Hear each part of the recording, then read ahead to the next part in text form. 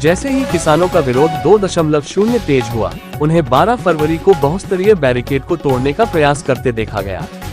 प्रदर्शनकारी किसानों ने हरियाणा पंजाब शंभू सीमा को पार करने की कोशिश करते हुए बैरिकेड की ओर बढ़ने का प्रयास किया।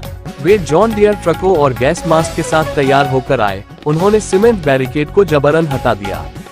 इस बीच प्रदर्शनकारियों ने हरियाणा पंजाब शंभू सीमा पर फ्लाईओवर सुरक्षा बाधाओं को तोड़ दिया। शंभू सीमा पर अराजक दृश्य देखा गया क्योंकि पुलिस ने प्रदर्शनकारियों को दिल्ली में प्रवेश करने से रोकने की कोशिश की।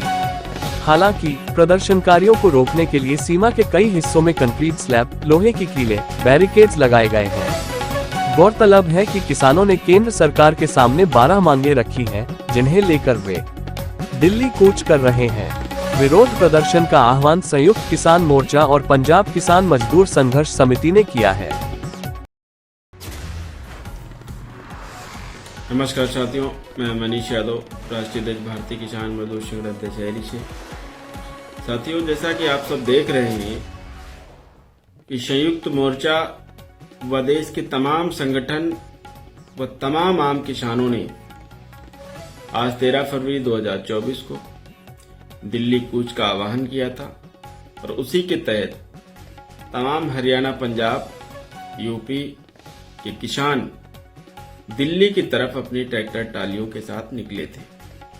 लेकिन जिस तरीके से हरियाणा की पुलिस ने, खट्टर सरकार की पुलिस ने व केंद्र सरकार की दिल्ली पुलिस ने जिस तरीके से किसानों के साथ बर्बरता की, सड़कों को बंद कर दिया, सड़कों पर कीले ठोक दिए, कटीले तार लगा दिए, बैरिकेटिंग से आरसीसी से सरिया डाल के जाल बांध के बैरिकेटिंग खड़ी कर दी सड़कों पर। तो मेरा सवाल है उन हुक्मरानों से जो देश के किसानों और मजदूरों की आवाज बनने के लिए आए थे। 2014 के चुनाव में वो लोग आए थे तो उनका वादा था सबका साथ सबका विकास। तो मेरा सवाल आज उन लोगों से है कि क्या दिल्ली इन हुक्मरानों के बाप दादाओं की है या देश के नागरिकों की है? क्या किसान दिल्ली नहीं जा सकता? क्या मजदूर दिल्ली नहीं जा सकता? क्या देश का आम नागरिक दिल्ली नहीं जा सकता? अपनी जायज समस्याओं को लेकर क्या देश का किसान अपने हक और अधिकार की आवाज सरकार के कानों तक नहीं पहुंचा सकता? सरकार तक अपनी बात पहुंचाने के लिए विरोध प्रदर्शन नहीं कर सकता? जिस तरीके का बर्ताव मोदी सरकार की पुलिस द्वारा किया जा रहा है, चाहे वो हरियाणा की भारतीय जनता पार्टी की सरकार हो, चाहे केंद्र शासित राज्य दिल्ली की भारतीय जनता पार्टी सरकार के पुलिस हो, जिस तरीके का बर्ताव कर रहे हैं। आज मैंने देखा तमाम लोग वहां गए हुए हैं, मेरी उनसे वार्ता भी हुई फोन के द्वारा। जिस तरीके से आंसू गैस के गोले किसानों पर बरसाए गए, ड्रोन से आंसू गैस के गोले किसानों को निशाना बनाकर बरसाए गए। खबरें आ रही कि गोलियां भी चलाई गई। इस ठंड में ठंडे पानी से किसानों पर बौछारें भी की गई, लाठियां भी चलाई गई। तो मेरा देश के तमाम संगठनों से, तमाम किसान संगठनों से और देश के तमाम सभी किसानों से, मजदूरों से, नौजवानों से, बेरोजगारों से, छात्रों से, महिलाओं से, सभी से अनुरोध है, निवेदन है, हाथ जोड़कर प्रार्थना है कि जिस तरीके से भारत सरकार, मोदी सरकार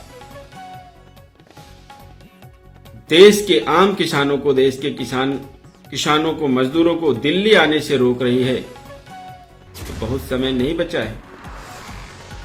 आम चुनाव 2024 का 3 महीने में होने वाला है जैसी सूचनाएं मिल रही। तो मेरा आप सभी से अनुरोध है कि जब ये आपके गांव में वोट मांगने के लिए आए, उनको मुंहतोड़ जवाब दे। गांव में भी इसी तरीके से किसान, मजदूर, नौजवान बैरिकेडिंग करने का काम करेगा। और आज जो तमाम विपक्ष की पार्टियां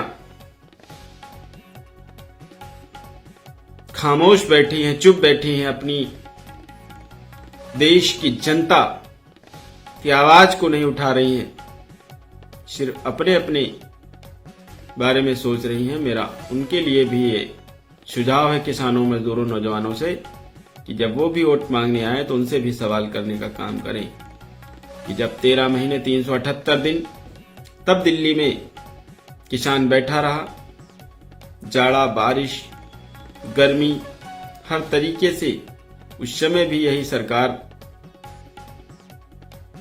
किसानों के साथ ज्यादती की थी, जिसमें 378 दिन में हमारे लगभग 750 किसान शहीद हुए थे। लेकिन सरकार को शर्म नहीं आई।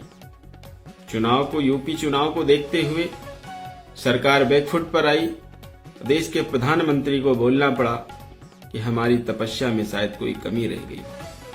आपकी तपस्या में तब भी कमी थी, आपकी तपस्या में आज भी कमी है।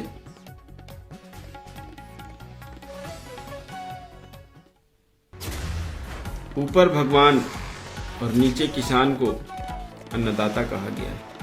धरती का भगवान किसान को कहा गया है। आज किसान की दुर्दशा क्या है, कभी सोच कर देखिए। भारत सरकार सिर्फ उद्योगपतियों को फायदा कराने की सोच रही है, उनको ही लगातार फायदा पहुंचाती चली जा रही है। उनके कर्ज माफ कर रही, लगभग 25 लाख करोड़ रुपए देश के उद्योगपतियों का राइट ऑफ कर दिया, माफ कर दिया। वहीं जब बात आती है देश के किसानों की कर्ज माफ करने की, तो यह सरकार कर्जा माफ नहीं कर रही। इसलिए किसानों को फसलों के दाम नहीं मिल रहे हैं। आज लहसुन 400-500 रुपए पार हो गया। क्या ये पैसा किसान को मिल रहा? ये देश के उद्योगपतियों के पास ये पैसा है। टमाटर महंगा होगा, उसका सीधा लाभ उद्योगपतियों को मिलता है। जो चीज भी किसान के पास से जाने के बाद जब महंगी होती है तो उसका सीधा लाभ किसान को नहीं प्राप्त होता। आज दूध वाले जो दूध के किसान गौपालक हैं हमारे, उनसे पूछिए, उनका दूध गांव में 30-35 रुपए से ऊपर नहीं बिक रहा। वहीं मिलावट का दूध, क्योंकि वो लोग सरकार को टैक्स दे रहे, वो दूध लगभग 65-70 रुपए लीटर बिक रहा है। इतना फर्क। सरकार की जो नीतियां हैं कहीं न कहीं सरकारों को दोषी, सिर्फ इसी सरकार को नहीं, जो पहले की सरकारें थी कहीं न कहीं वो भी दोषी हैं। लेकिन हर बात को सिर्फ अपने नजरिए से कहना, देश के गरीबों को, बेरोजगारों को 5 किलो राशन दे देना ही क्या देश का विकास है?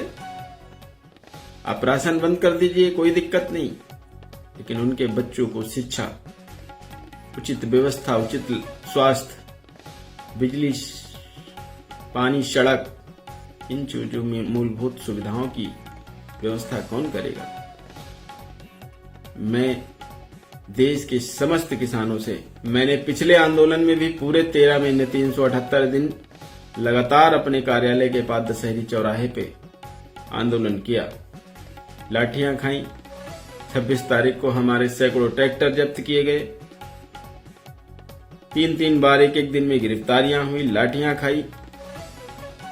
जीसीबी से हमारे धरना स्थल को खत्म कर दिया गया, हमारे टेंट उखाड़ लिए गए। उसके बाद क्या हुआ आप सबने देखा है। लेकिन मैं टूटा नहीं, डरा नहीं, दबा नहीं, लगातार अपने किसानों की आवाज को बुलंद करता रहा, उनकी आवाज को उठाता रहा। आज फिर वो विषम परिस्थिति है। मैं तो बहुत पहले से कह रहा हूं कि किसानों का कर्जा माफ होना चाहिए। आज किसान सबसे बड़ी मुसीबत में है, दुख में है, दर्द उसके दर्द को कोई समझने वाला नहीं है। वो खुद अन्न पैदा करके पूरे देश का पेट पालता है, लेकिन कभी कभी ऐसी नौबत आती है तो उसको खुद भूखे सोना पड़ता है। इसलिए मेरा अनुरोध है आप सभी से, तमाम साथियों से, कि आप लोग एकजुट रहें और एकजुट होकर तैयारी करें। जिस समय भी कॉल दिल्ली से आएगी, हम लोग अगर लखनऊ में आदेशित किया जाएगा मोर्चे के तहत, तो हम लखनऊ में आंदोलन करेंगे। अगर दिल्ली के लिए कहा जाएगा तो हम लोग दिल्ली के लिए तैयार रहेंगे। इसलिए भारतीय किसान मजदूर यूनियन दशहरी संगठन के जितने भी पदाधिकारी हैं, जितने भी कार्यकर्ता हैं, जितने हमारे साथी हैं, जितने हमारे किसान साथी हैं, जितनी माताएं बहनें जो भी हैं, आप सभी लोग तैयारी कर ले। किसी भी समय कॉल हो सकती है और हम लोगों को बड़े आंदोलन की तरफ बढ़ना पड़ेगा, क्योंकि सरकार मानने वाली नहीं। सरकार किसी न किसी तरीके से हम लोगों को तोड़ने का काम करेगी, लेकिन इस बार किसान और किसान संगठन पूरी तरीके से एकजुट है और एकजुट होकर अपनी आवाज उठाने का काम कर रहे हैं। हमारी पहली मांग है, देश के समस्त किसानों मजदूरों का जितना भी किसी भी प्रकार का सरकारी या गैर सरकारी कर्ज है उसको माफ किया जाए। जो खाद की बोरियों पर खाद कम करके पैसा बढ़ाया गया उसको पहली वाली व्यवस्था लाई जाए। गैस, डीजल, पेट्रोल पर किसानों को जो वादा सरकार ने किया था सस्ता देंगे उस पर ध्यान दे। अगर नहीं सस्ता कर रही तो देश के किसानों को कम से कम सब्सिडी देने का काम करें। आवारा जानवरों से, जो छुट्टा जानवर है, उनसे निजात दिलाए।